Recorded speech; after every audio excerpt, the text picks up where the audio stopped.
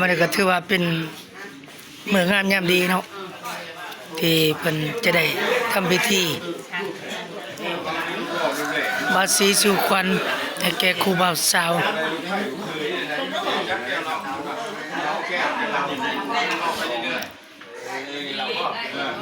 เจ้าสาวก็อยู่บ้านห้วยขอทั้งเจ้าบ่าวก็อยู่บ้านนคร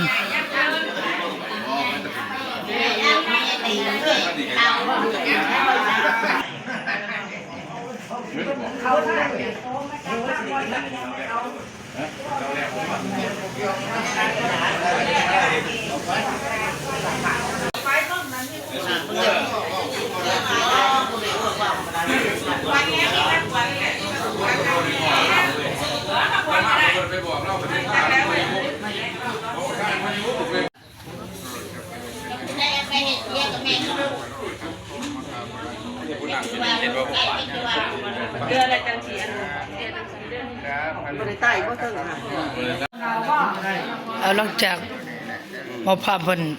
สู่ขวัญแล้วเสร็จพิธีสู่ขวัญเพิ่นผูกแขนโอ้ยังสิทธิ์น้ำมนต์ก่อน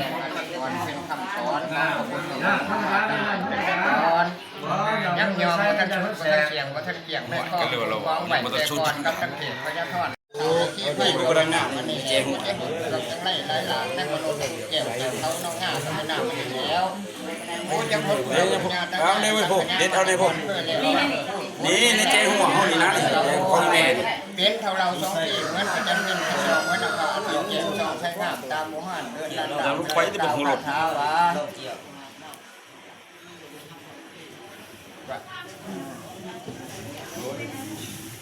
ยันโตโพธิยาโมเลสกยานังนันทวันโนเอวังตวังมิสโยโหหิเทนะสังเทนะมังคะเลอัปราชิกาปลังเกสิเสรตานิโกคาเลสิเกตัมโคคาลังเราจะน้อยกว่าจะยืนได้ไหมครับตังสุมังคลังปะตังตังจิตังสุขโนสุขังโรจุนิทังโอ้มันก็ดี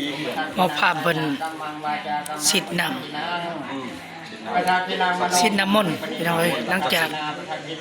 สู่ขวัญแล้วก็สิทธิ์น้ำมนต์ยืนมาหลายยืนมาไอ้เกี่ยวกับกันมาให้เพิ่นสิทธิ์ตัวน่ะ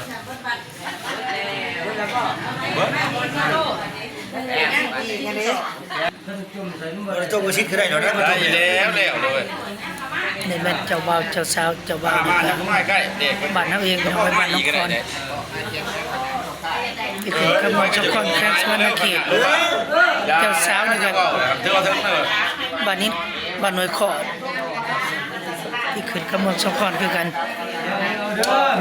น้องยุ้ยเจ้าสาวนี่ชื่อยุ้ยเจ้าบ่าวชื่อหลอด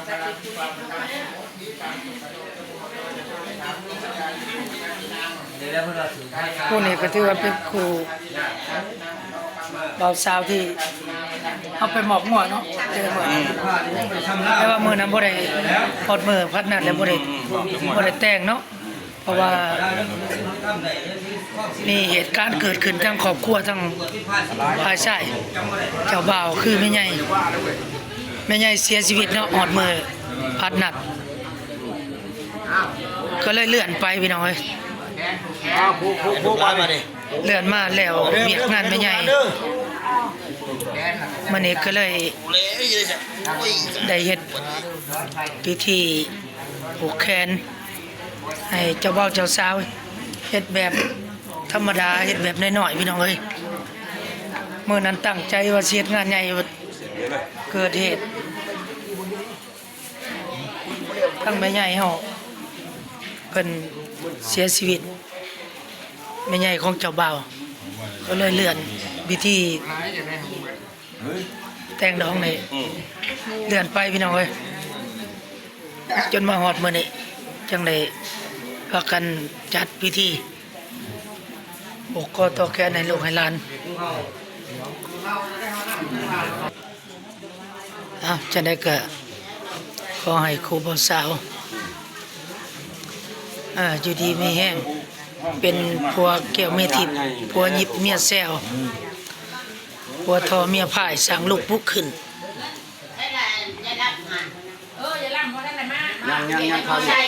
ว่าพรเพิ่นผูกแขนให้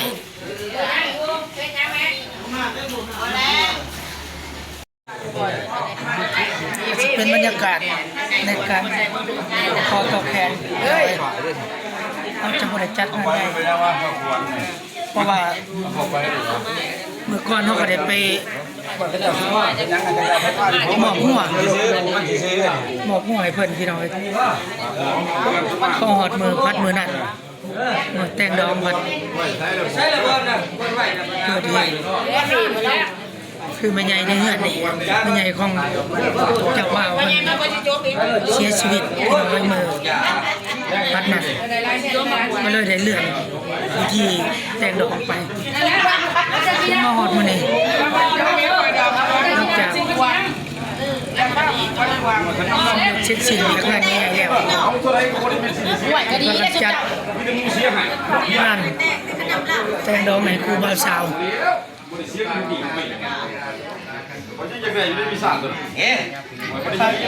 ค่าดองก็ค่าดอง80,000เนาะขึ้นพร้อมตัวถาม เบิดเลยครับ ขึ้นเบิด80,000 เบิ แล้ว ดเลย เนาะ เบิดมือนึงกว่าข้างเบิดมือนึงวันนี้เลย มีพันมีนัดแล้ว ข้างเบิด คือว่าเอาไข่มาอยู่เฮือนเลยเนาะ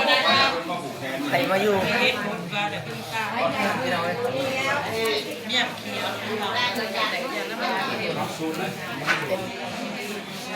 มันยังมันแยมน้องไอ้มิตรปีแต่น้องเนาะ มันหลอกเป็นแล้วอยู่นี่แห้งบ่มีเงินยังบ่อยากได้จับพี่ จับดีไม่แห้งเดี๋ยวนี้ต่อไปตัวลูกตัวผัวเลยได้เด็กเก่า บ่ได้แม่นเป็นผู้แสกผู้สาวผู้ใดก็ได้บาดนี่ ตั้งมุกตั้งใจละบาดโอ้มาหลายแท้มันนี่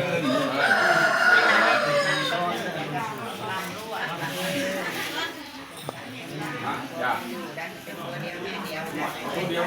เอาคนอีกอะไรนะนี่ใกล้เป็นทุกว่าไม่ฝ่าย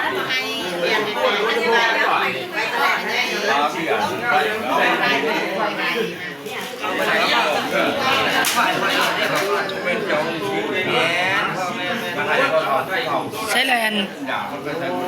ไม่ใช่เป๊ปซี่อะไร โอ้บางคน นี่หันไปลูกนี่นะ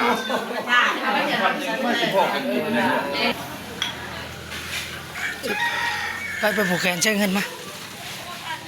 ไปผูกแขนเพื่อนก่อนพี่น้องเลย ใช้หูใครไม่ใหญ่กัน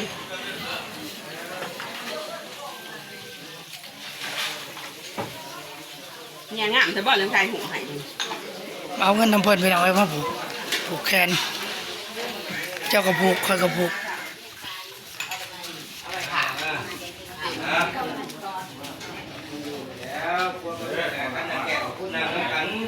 ถ้าจะได้ลูกใครที่ผมจะบอกว่าเท่าไหร่หน้าเราตรงไหนมาทางไหนก็ตามไปก็ได้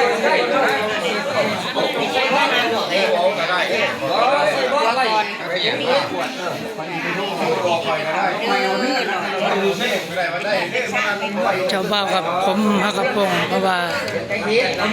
บวชน้ำแม่ใหญ่เป็นเสีย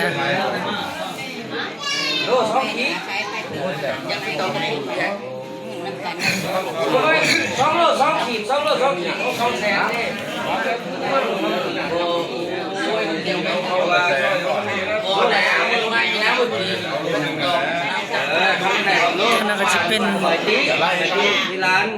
เจ้าภาพจังฝ่ายยิ่งเจ้าคนตานั่นก็จะเป็นเจ้าพ่อเจ้าแม่เนาะนะ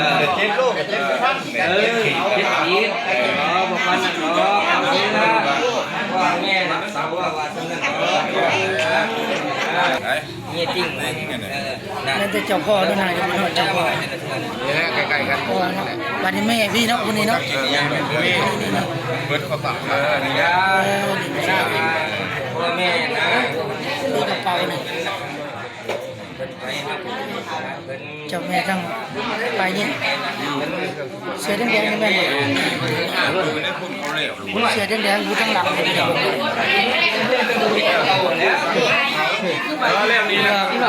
้อคนได้เมีย2คนเลยพี่น้องเอ้ยทั้งไม่เสียกู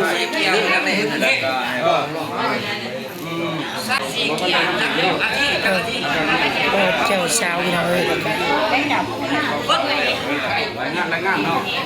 คนได้เมีย2คนมานำกันเบิด2ผู้นึงเสื้อแดงๆนี่ฮัลโหลแดงเอาหมอนแดงชมวยเด้อแล้วก็ผู้เสือหลายๆหมอนยังเสือขาวๆนะแม่นพอเจ้าสาวพี่น้องลืมพอเจ้าอันนี้แม่น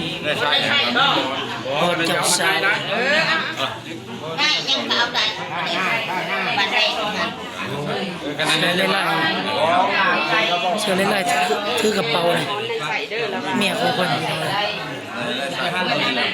คนใดเมีย2คนนี่คนนี้ก็แม่น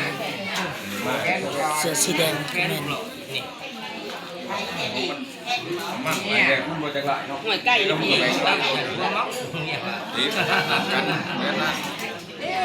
แห้งพัดไปอีกนั่นน่ะอยู่มันตายไปเอาให้เลยไปไม่ได้หรอกได้เห็นเนี่ยลูกซองมันลูกไม่ได้ให้ตัวทานเจ้าพอมั้งวะจังหวะแล้ว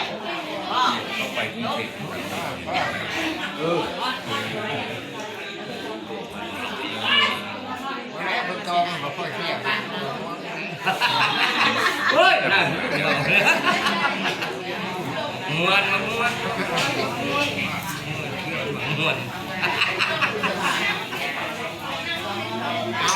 อายุนี่พอบ่ลืมนี่แล้วเราก็ อายุหายแก่บ่บ่ลืมบ่ประมาณเนาะซีๆกันลืมกันบ่ได้แม่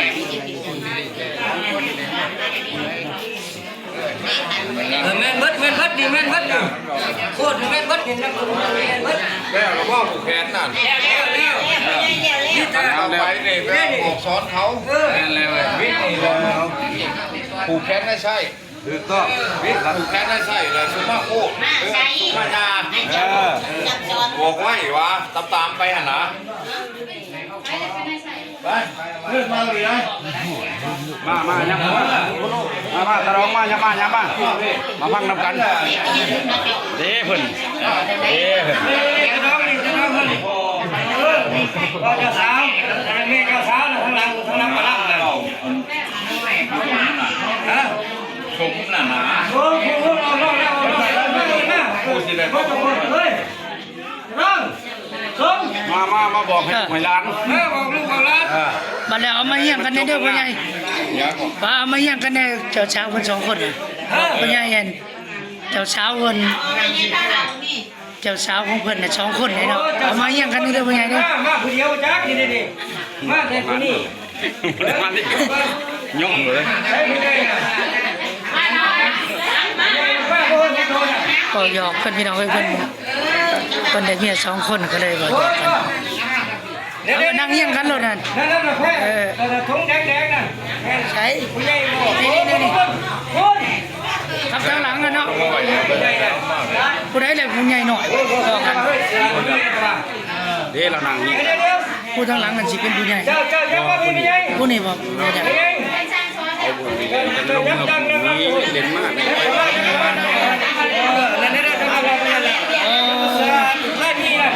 เจ้า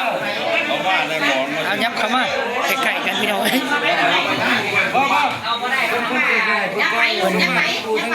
ด็กมี2คนพี่น้องเอากระบอกกาไปสัมผัสกันได้พี่น้องพอได้ทายเห็นสำเนียงเนาะบรรยากาศตอนซ้อนไผ่ซ้อนเคย เราอยากเมื่อนะฮะ จากเมื่อโตน่ะจากเมื่อ ทำไมครับไปสมัครก็ ให้เราสั่งสอนพวกนี้แหละจังว่าจังแรกจังว่าสมมาโพด แต่ว่าสมมาโพดผูกแขนได้ใช่มันยัง2-3วันตอนผม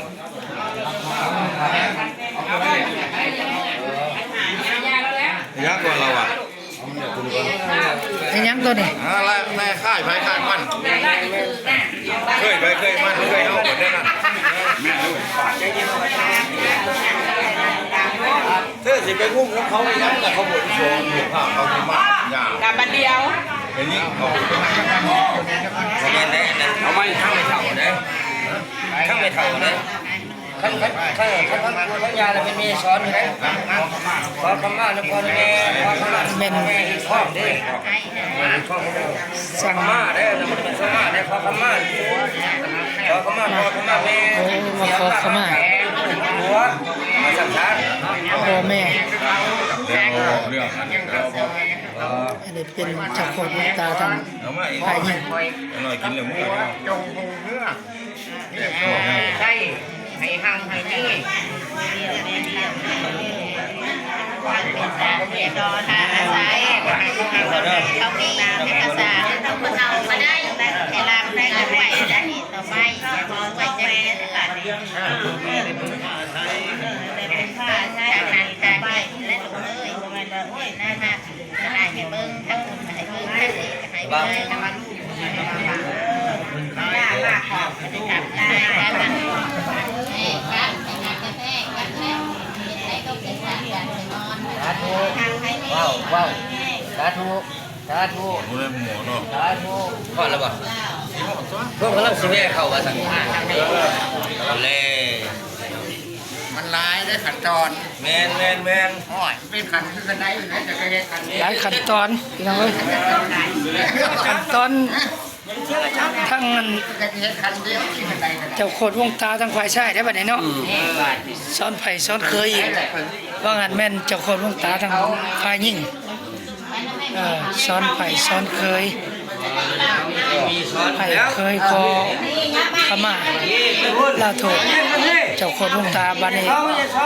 เกี่ยวเข้ามาทั้งฝ่ายชายเจ้าโคตรใหญ่เพิ่น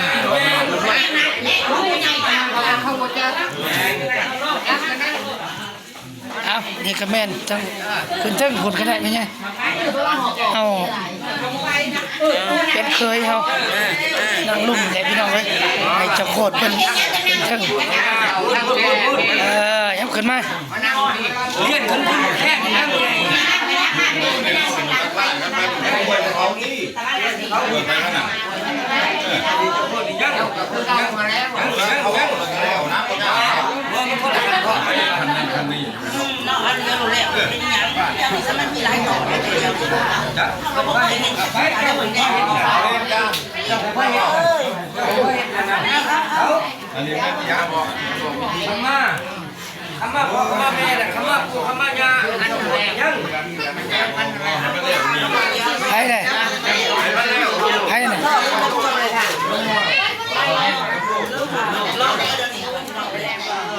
เพิ่นจะวงบ่หรือไผโอ้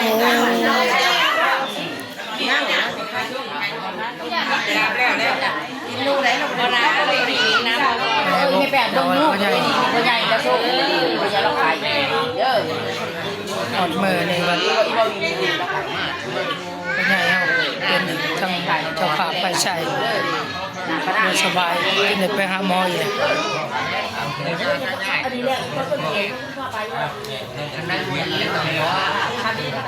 เราหายโดนได้โดนเล็บไม่ได้โดนได้หัวบดีอะไรบอก แล้วไม่แน่ก็ได้สิบอกเมื่อวานไปสวรรค์ไปงานไปดีมาจับมาใช่ค่ะ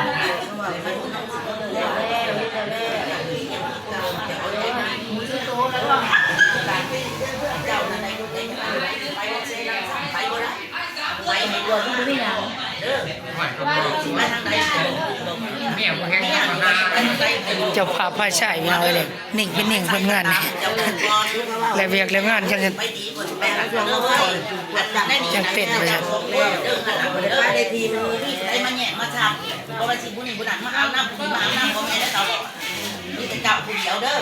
แล้วเจ้ารักษาเอาไม่เราได้มาใหม่ก็สอนเนี่ยต้องเดือปลาเนี่ยโดนหน้าเนี่ยให้พวกมาให้ตรวจก็ได้มันเป็นพื้นที่ใบต้องเอาจับไปวางยองง่ายโต๊ะไปยุ่งใจกับเจ้าคำถาม